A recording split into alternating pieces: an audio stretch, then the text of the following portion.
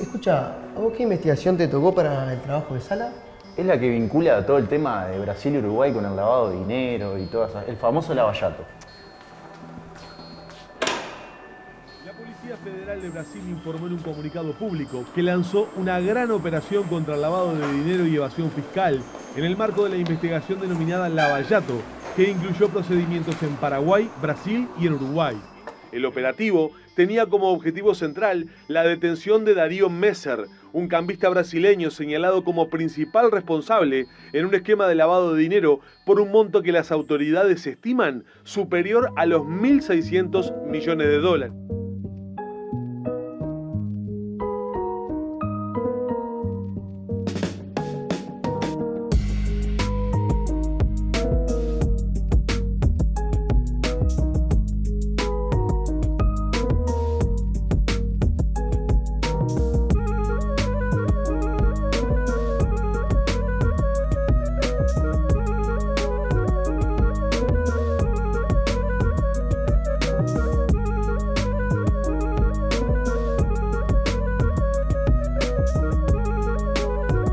En este capítulo, recorreremos la investigación del periodista de Sudestada Fabián Werner, que indaga sobre el rol de algunos estudios jurídicos y contables uruguayos en el lavallato, la trama de corrupción más grande en la historia de Brasil.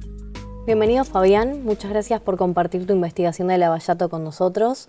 ¿Cómo fue realizar esta investigación? Bueno, la investigación empieza con una noticia que aparece en Brasil sobre la detención de Sergio Cabral, que en aquel momento era gobernador de Río de Janeiro. Este político brasileño aparecía vinculado en una maniobra para lavar decenas de millones de dólares provenientes de la corrupción, y aparecía la sucursal de un banco uruguayo, mejor dicho, la sucursal en Uruguay de un banco internacional. A partir de esa novedad, digamos, empezamos a rastrear la posibilidad de que hubiera otro tipo de vinculaciones, otras participaciones desde Uruguay en esa estructura de lavado, y lo que surgió inmediatamente fue la presencia de dos brasileños residentes en Uruguay, que eran los que asistían a Cabral para el lavado del dinero. Y tirando de ese hilo fue que empezamos a conocer cómo era la infraestructura que ayudaba a Cabral y después a otros políticos brasileños.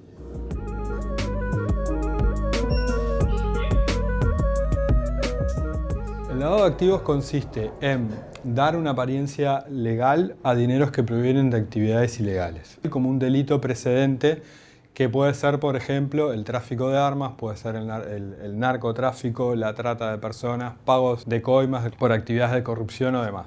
Y eso se puede materializar, por ejemplo, a través de la compra de determinados bienes de capital, como ser propiedades, autos, bienes inmuebles, acciones en empresas, o incluso puede tratarse de cuentas bancarias o de la apertura de determinadas cuentas bancarias, o, bueno, como te decía, la compra de acciones de determinadas empresas. En eso consiste darle una apariencia legal a actividades que son claramente ilegales, como el pago de coimas o corrupción. ¿Y cuáles fueron tus motivaciones personales para realizar la investigación? Bueno, nosotros en Sudestada veníamos trabajando el tema del lavado de dinero desde el inicio. Nosotros, la primera investigación que publicamos en el 2014 tenía que ver con este tema. Tenía que ver con corrupción en España, con el contador del Partido Popular de España, y desde ahí el tema me pareció relevante porque muchas veces es difícil dimensionar el impacto que tiene para las sociedades el lavado de dinero.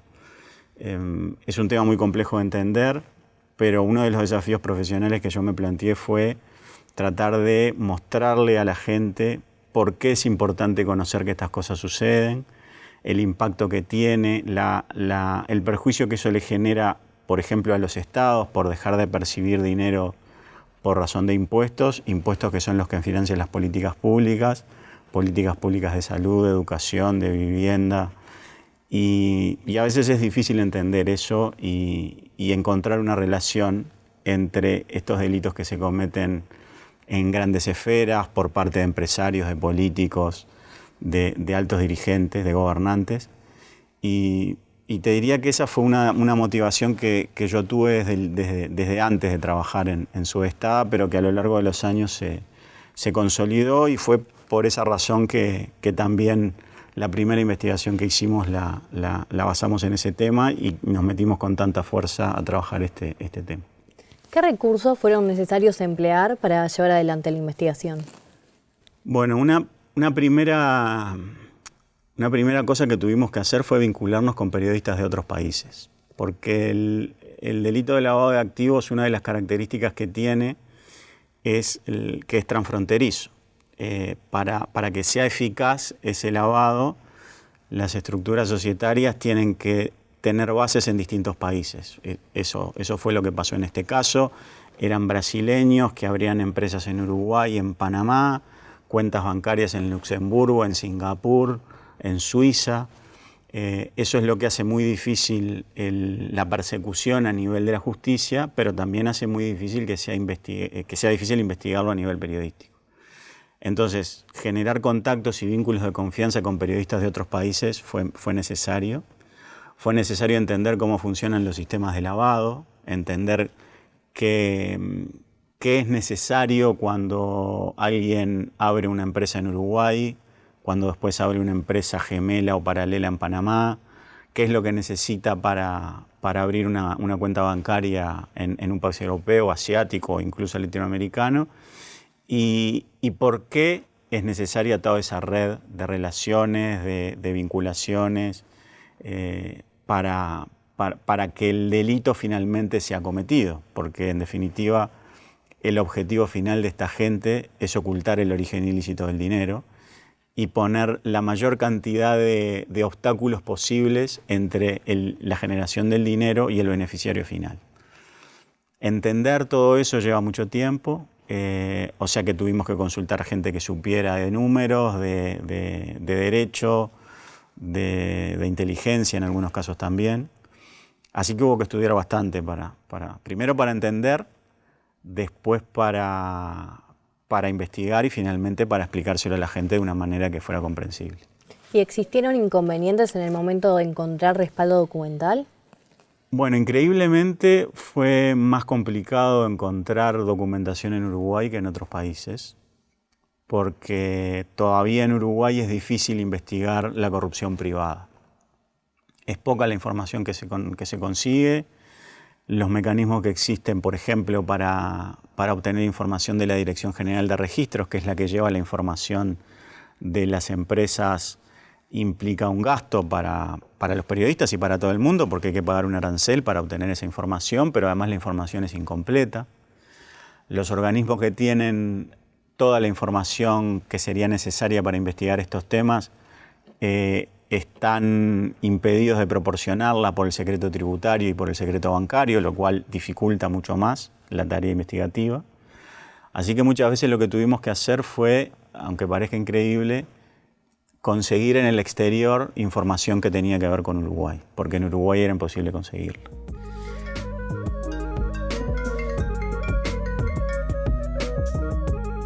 Era muchísima la cantidad de material para procesar, de documentos del Ministerio Público, de lo que es la Fiscalía de Brasil. Era mucha cantidad y había que, digamos, peinar y limpiar todos esos documentos, sobre todo lo vinculado a Uruguay, porque a nosotros nos llegó información toda mezclada. Vinculaban a Perú, a Colombia, a Venezuela, obviamente a Argentina, a Brasil.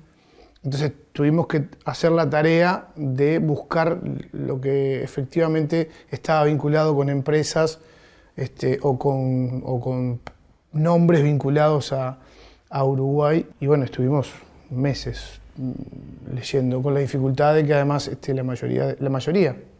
todos los documentos estaban en portugués y en un lenguaje muy técnico porque era lenguaje jurídico.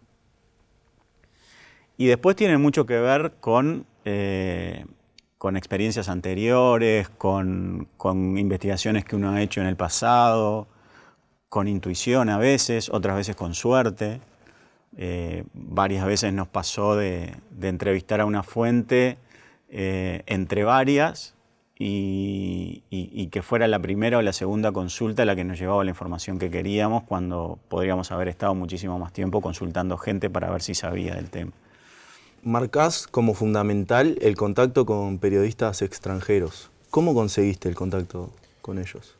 Bueno, cuando nosotros pensamos en el primer proyecto de investigación sobre lavado de activos en el año 2013, ese proyecto estuvo financiado por una organización peruana, pero que está basada en Perú, pero que ya es latinoamericana, que es el Instituto Prensa y Sociedad, que además es la organización que lleva adelante desde hace 15 años la Conferencia Latinoamericana de Periodismo e Investigación.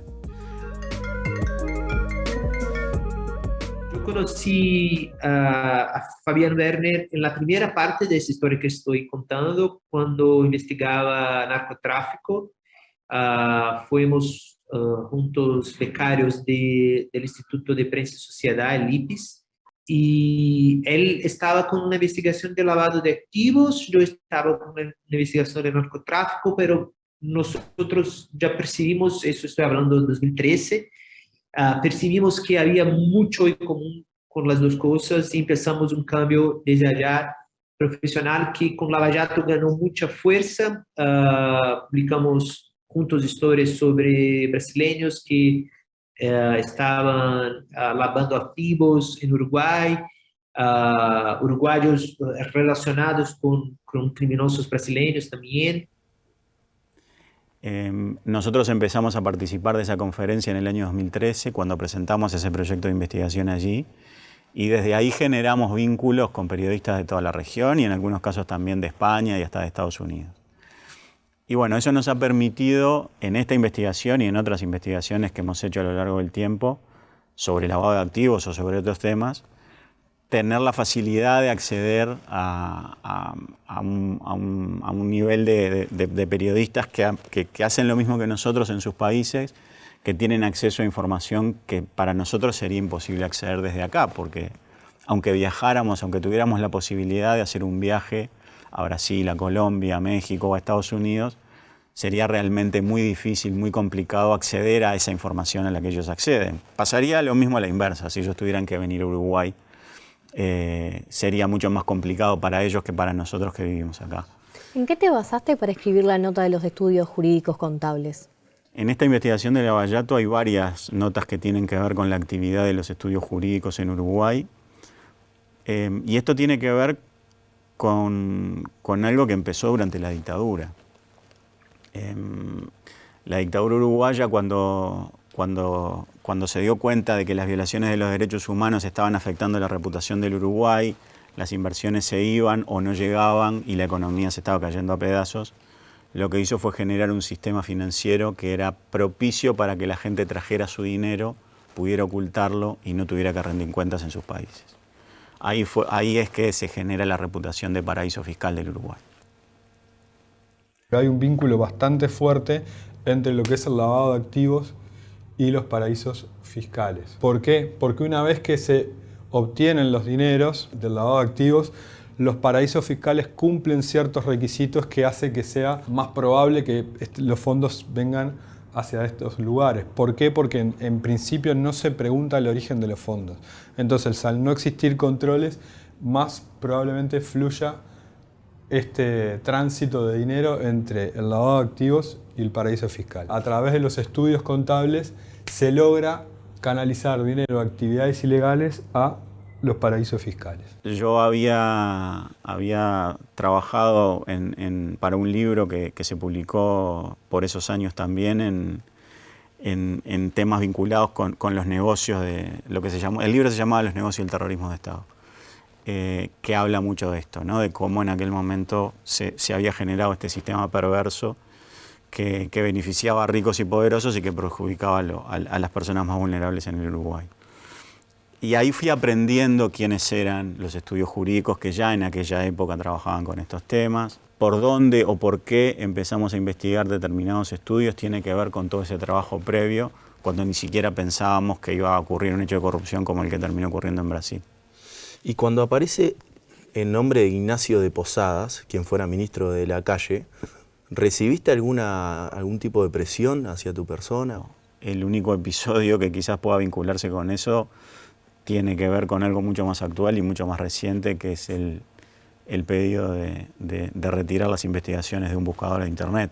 En un caso específico de un estudio jurídico que no es el estudio Posadas y Vecinos, es otro estudio por otro tema, también vinculado al lavado, pero por otro tema. Me llegaron a pedir una reunión a través de un representante o un vocero que terminó diciéndome que lo que yo había publicado no era cierto y que si no retiraba la publicación ellos podían llegar a tomar acciones legales contra el medio, contra mí. Eso no se produjo, ni retiré la nota ni se produjo la acción judicial, y poco tiempo después ese abogado terminó reconociendo ante la justicia española que él había participado en el lavado de dinero. Nosotros publicamos esa información. Y cuando te comunicás con los estudios, o te comunicaste, ¿lograste hablar con algún responsable de esos estudios? En alguna ocasión pude hablar con alguna persona vinculada a estudios que en la mayoría de los casos prefieren no hablar, no aparecer públicamente. Los estudios jurídicos en general prefieren no dar una versión pública de su participación, o en todo caso se remiten a negar cualquier tipo de involucramiento o incluso de conocimiento con que el origen de ese dinero era ilícito, y por lo tanto nunca consideraron que hubiera que reportarlo como sospechoso de lavado.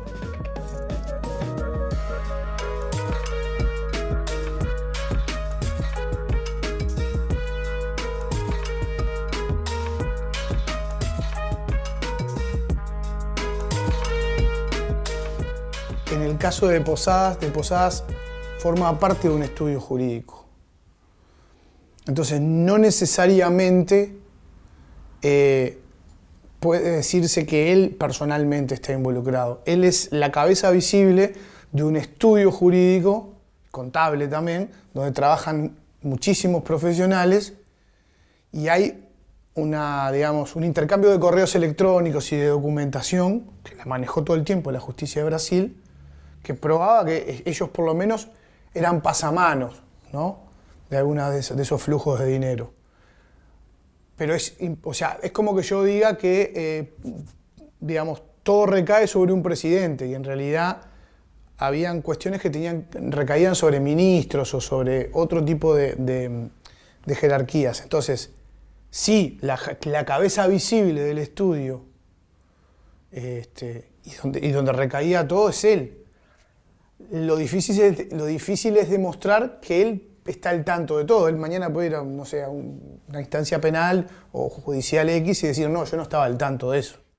Teniendo en cuenta la empresa Javinsur, empresa fantasma, creada bajo la ley de empresas, sociedades anónimas financieras de inversión, ¿qué seguimiento se le hizo a esta ley y a las empresas creadas bajo esta ley?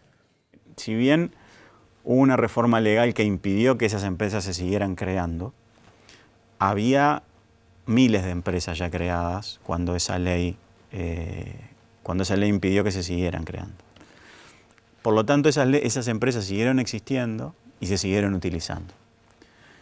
Llegó un momento que hubo otra reforma legal que obligó a estas empresas a declarar quiénes eran sus directores, o por lo menos uno de ellos. Y lo que pasó ahí fue que también miles de empresas que estaban creadas bajo esa forma societaria no declararon quiénes eran los responsables, probablemente porque no querían hacerse cargo de los negocios que habían hecho antes, y fueron cerradas por la DGI, por la Dirección General Impositiva, y esa lista de empresas está publicada en el Diario Oficial. Si uno busca, a mí me pasó muchas veces de buscar información sobre alguna empresa de este tipo y que me apareciera información de esa publicación del Diario Oficial en la que la DGI anunciaba el cierre de esas empresas porque no habían cumplido con la ley. Sigue siendo muy difícil llegar al beneficiario final de esas empresas, porque lo que sucede en muchos casos es que estos estudios jurídicos que las abren también prestan el servicio de lo que se conoce popularmente como testaferro o prestanombre, que es poner a una persona del estudio jurídico como directivo de la empresa y posteriormente, a través de un poder de esa empresa, cederle el manejo de la sociedad a quienes son realmente los dueños de la misma. Entonces, echa la ley, echa la trampa, ¿no? Hay una persona que aparece como responsable, pero también hay una forma de ocultar quiénes son los verdaderos dueños. O sea que de alguna manera quienes manejan este negocio y quienes asesoran estas empresas saben cómo eludir la forma de informar a las autoridades quiénes son los dueños reales del dinero.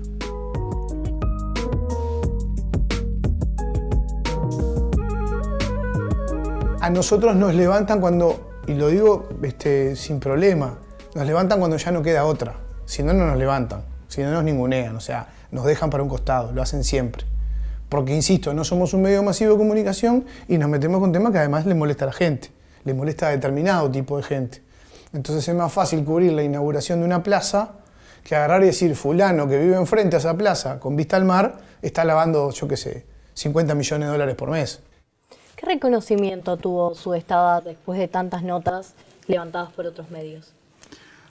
Bueno, esta investigación de Lavallato fue una de las seleccionadas en la Conferencia Latinoamericana de Periodismo e Investigación, y ese año obtuvo una mención honorífica como una de las mejores investigaciones de Latinoamérica. Obviamente, para nosotros, eso además de ser un reconocimiento, implica también un estímulo a seguir investigando este tipo de temas, porque a partir de ese reconocimiento también lo que pasó fue que empezamos a recibir propuestas de participar en otras investigaciones. Precisamente el Lavallato, ¿qué repercusión crees que tuvo la investigación? Y en Uruguay la investigación tuvo poca repercusión, creo yo. Si bien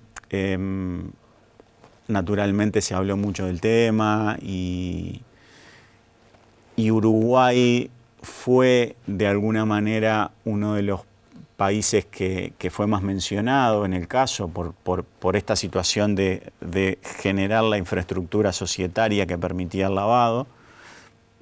Recordemos que una sola persona que fue detenida en Brasil pero que vivió en Uruguay durante un tiempo lavó más de 1.600 millones de dólares a través del Uruguay. O sea que eso creo que da la claridad de la importancia que tuvo Uruguay en este esquema de lavado. Pero al mismo tiempo fue de los pocos países vinculados al tema en el que no se produjo ningún procedimiento judicial exitoso. Las actuaciones de la justicia uruguaya en el caso de Lavallato se limitaron a recibir pedidos de extradición de Brasil, por ejemplo, en un caso, el de estas dos personas que yo mencionaba al principio que trabajaban en Uruguay y que prestaban servicios de lavado a Sergio Cabral, el gobernador de Río de Janeiro. Ellos fueron detenidos en Uruguay y extraditados a Brasil. Pero ninguno de los responsables, ni directores, ni dueños de empresas, ni responsables de estudios jurídicos fueron responsabilizados en Uruguay en la justicia por lo que habían hecho. Y tampoco fueron enviados a los países que los requirieron para investigarlo judicialmente allí. Pasó en Brasil, pasó en Argentina, pasó en Panamá. O sea que eso, desde el punto de vista del prestigio del país, no parece ser algo muy bueno. De hecho, hubo investigaciones archivadas por la justicia uruguaya, a pesar de que la denuncia había sido presentada por el Banco Central del Uruguay a través de la Unidad de Inteligencia Financiera, que es el organismo más especializado en el tema que existe en el país. Ese organismo presentó una denuncia judicial y la justicia uruguaya la archivó. Y te traigo a colación lo que pasó a fines del 2021 con el tema de Google. ¿Por qué crees que después de tanto tiempo pasara esto? Recordar que restringieron el ingreso a 2 notas de tu investigación. Sí.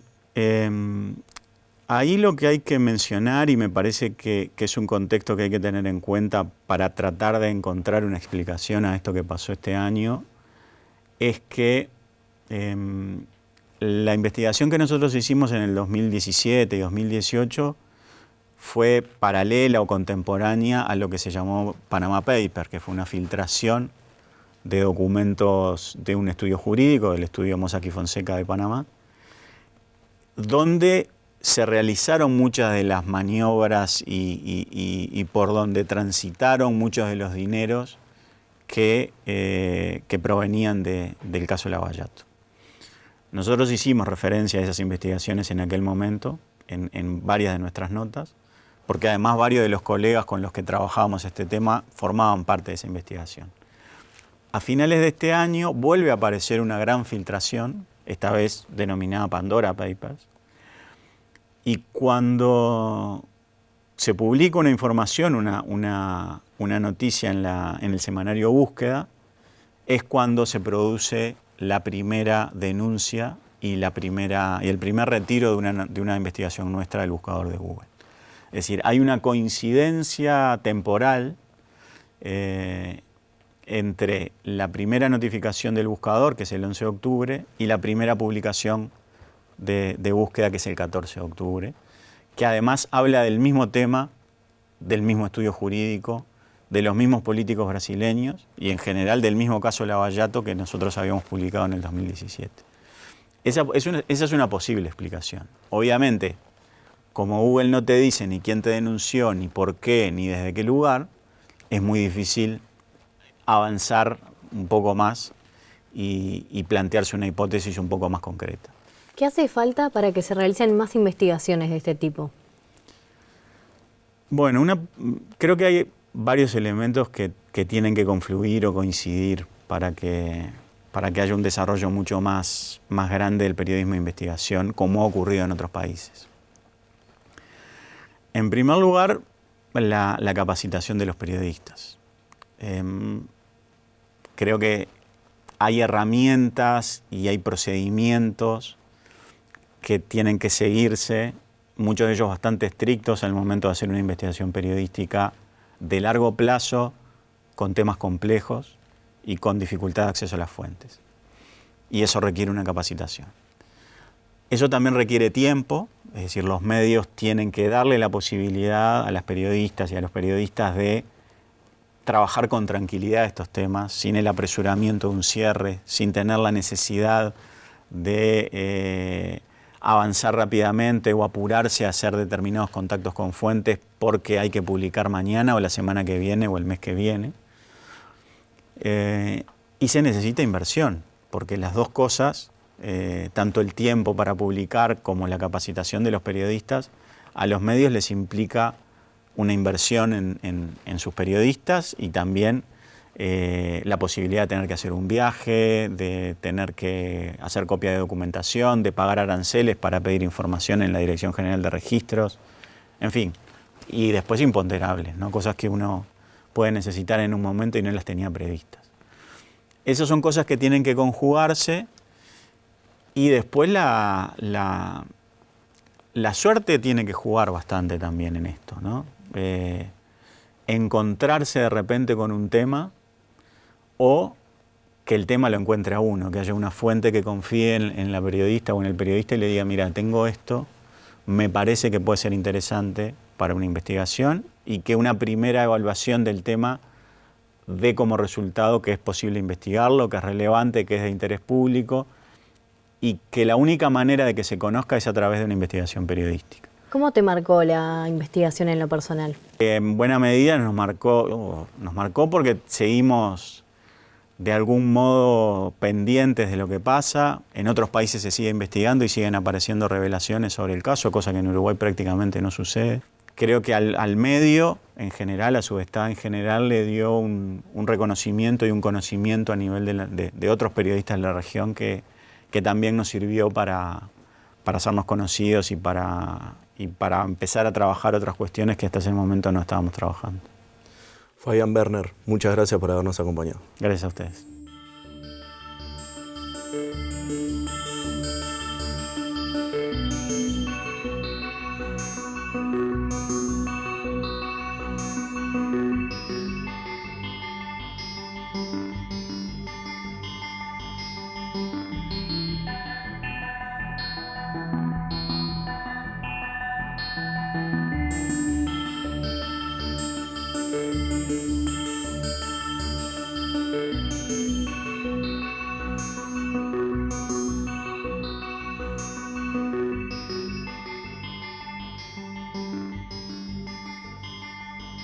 Chao.